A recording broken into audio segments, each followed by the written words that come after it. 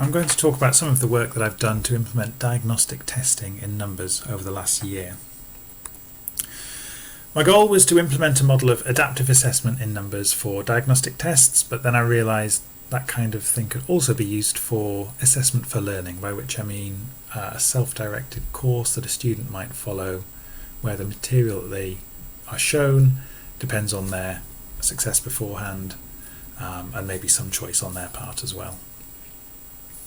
The base for this was a test called Diagnosis that's been in use in Newcastle for about 30 years, developed by John Appleby, my colleague, and I really wanted to implement that in numbers so we could move away from the old Windows program it ran on and run it through the web.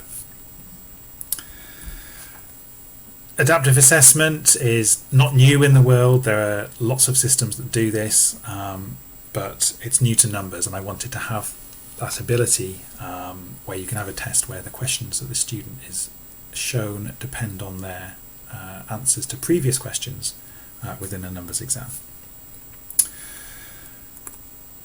So I'm going to talk about a few of the models that I considered while designing this. First of all, diagnosis.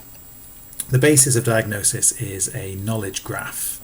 Each node in the graph is a topic within the test that John wants to assess, and they are linked by dependency. So one topic depends on another. You need to be able to do the earlier topic in order to be able to answer a question on the later topic. There's one question per node, so the student is only asked a question on a particular topic once. And each node should eventually be classified as either passed or failed. They start the test in the unknown state. When the student answers a question, depending on whether they got it correct or incorrect, it's marked as passed or failed. If it's correct, then everything that it depends on is also marked correct. You don't need to ask a question about those because you can infer the student can do that. If they get it incorrect, then everything that leads on from that is marked as failed. If they can't do this earlier thing, they definitely can't do the later things. There are learning objectives, which are subsets of the nodes, so several topics grouped together under algebra and another set of them grouped together under calculus, and those are used at the end of the test to show the student which sections they are stronger in and which ones they're weaker in. The original diagnosis test asks the students for their qualifications at the start to determine where to start asking questions. If they've only got GCSE maths, it starts earlier on in the graph. If they've got further maths A level, it starts right at the end. The aim is to minimise the number of questions you ask the student before you've established a pass or fail state for every node in the graph. It offers the student what diagnosis calls lives. So if you get a question wrong, you can retry it and use up one of your lives. And there are, I think, 3 of those. So here's a very simple knowledge graph as diagnosis models it. We've got a load of topics linked by edges for dependency. The ones on the left are earlier topics, and the ones on the right are later topics that build on the rest. So diagnosis will pick a topic to ask the student a question about. If they get it right, then that topic is marked correct, and then so is everything linked to it on the left. If they get it wrong, it's marked incorrect, and then everything on the right is also marked incorrect. It's marked failed. Once every node has been marked, the test ends and the student's shown some feedback about where diagnosis thinks they need to do some more work. Another model I looked at was inspired by the Duolingo app, which I've used to learn some languages to some extent. I was really impressed by how well it worked. The idea is that it's roughly linear. You have pretty much a straight line of topics starting from very simple things down to later things. You usually have a choice of a couple of things to do at once, but then they all lead on to the next thing. Within each topic there are several questions, I think about a dozen. Every single question must be answered correctly. If you get a question wrong, it's put back on the end of the queue and asked again once you've tried the rest. So here I've got, again, a simplified graph where assessing a topic within one of the branches, and there are 4 questions on it. If a student gets the question right, number 1 there is marked correct. Then number 2, if they do that, if they get that wrong, that's pushed down to the end of the list. So then they'll be shown question 3, question 4, and question 2 again. I think this model could be useful for things where you just need to learn a lot of stuff and not necessarily to show great understanding.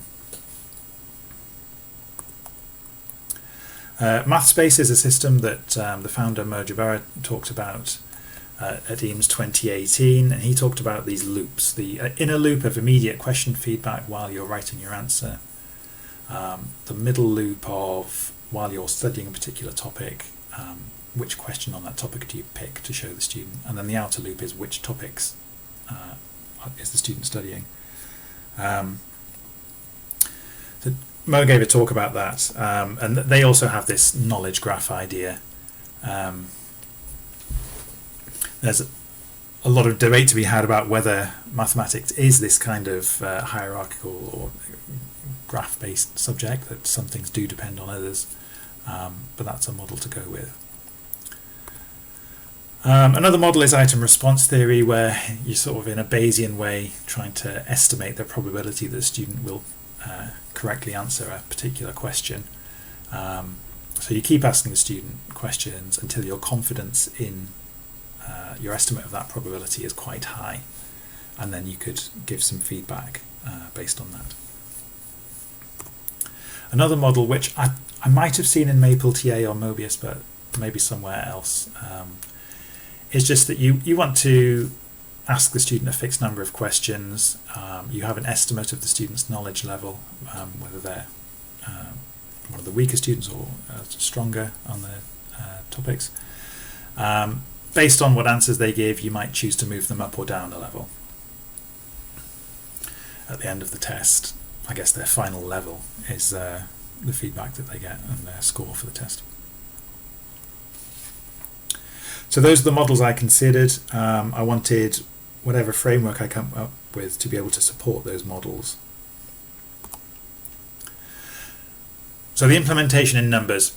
The framework I came up with was this, that the exam author defines a list of topics and learning objectives, which are categories of topics, really, they're collections.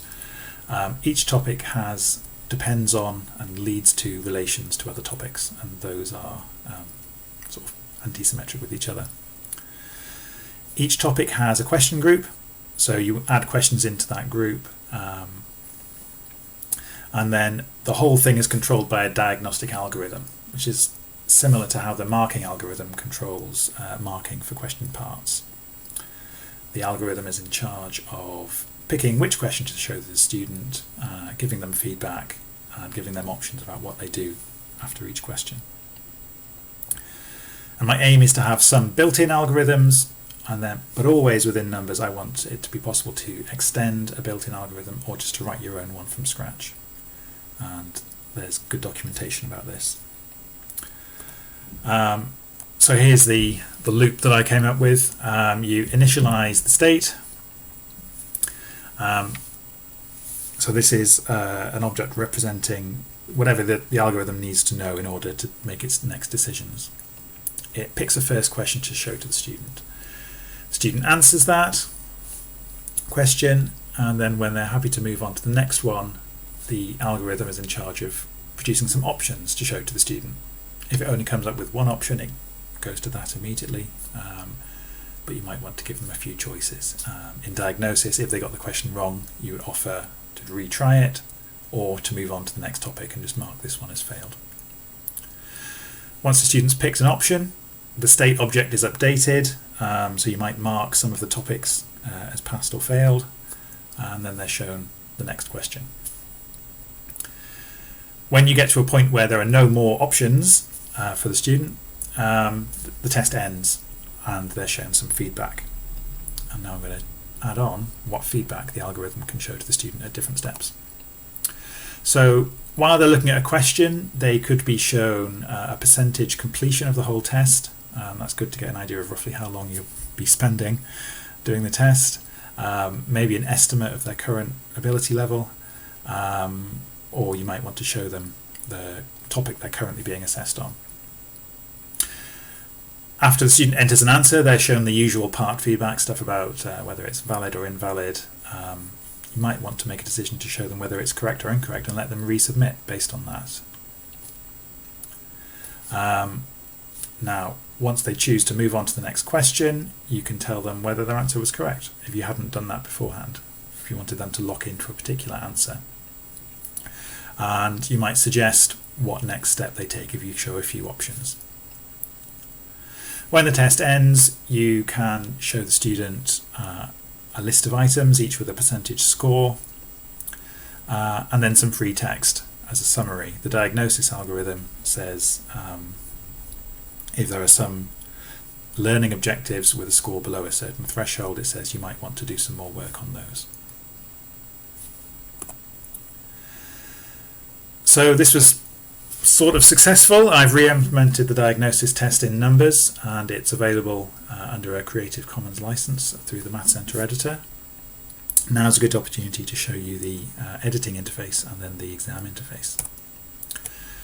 So here's how it looks in the exam editor.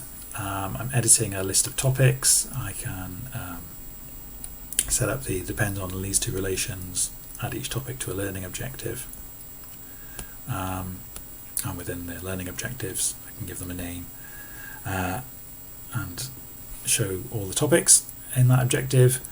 And here's the editor for the diagnostic algorithm. It works the same way as the marking algorithms. It's a load of notes written in JME syntax. There are some that are required, like the first question and the state, and let's see, some feedback. So once you've written all those, that's enough to do a diagnostic test. When you run the test itself, it launches like a numbers exam. You're shown a question, you have to answer it like so. That's almost definitely wrong. Over on the left here, I've got percentage completion for these topics, so those will fill up as I go through the test. When I move on to the next question, I'm shown some options. I can retry, or I can move on to the next topic, which I'll do. Diagnosis is a huge test, so I'm not going to go through the whole thing. I'll just skip straight to ending the exam.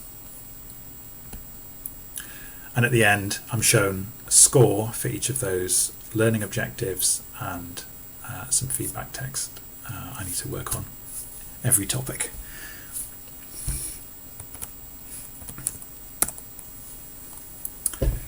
Now, I wanted to, while I was developing this, write a few different adaptive tests to try out the different models. I started writing a mastery test. I tried to make it easy for myself and just write a basic numeracy test. It took so long. You need to write so many questions, and you have to really think hard about the model of knowledge that you want to work with and how you want to assess it. And thinking about the relations between the topics needs a lot of careful consideration as well. John Appleby said that the knowledge graph within diagnosis had been refined over the 30 years it's been used, and it's not immediately obvious why certain things are set up the way they are, but those are because he'd identified different links over the years. So I think producing these diagnostic tests is really hard.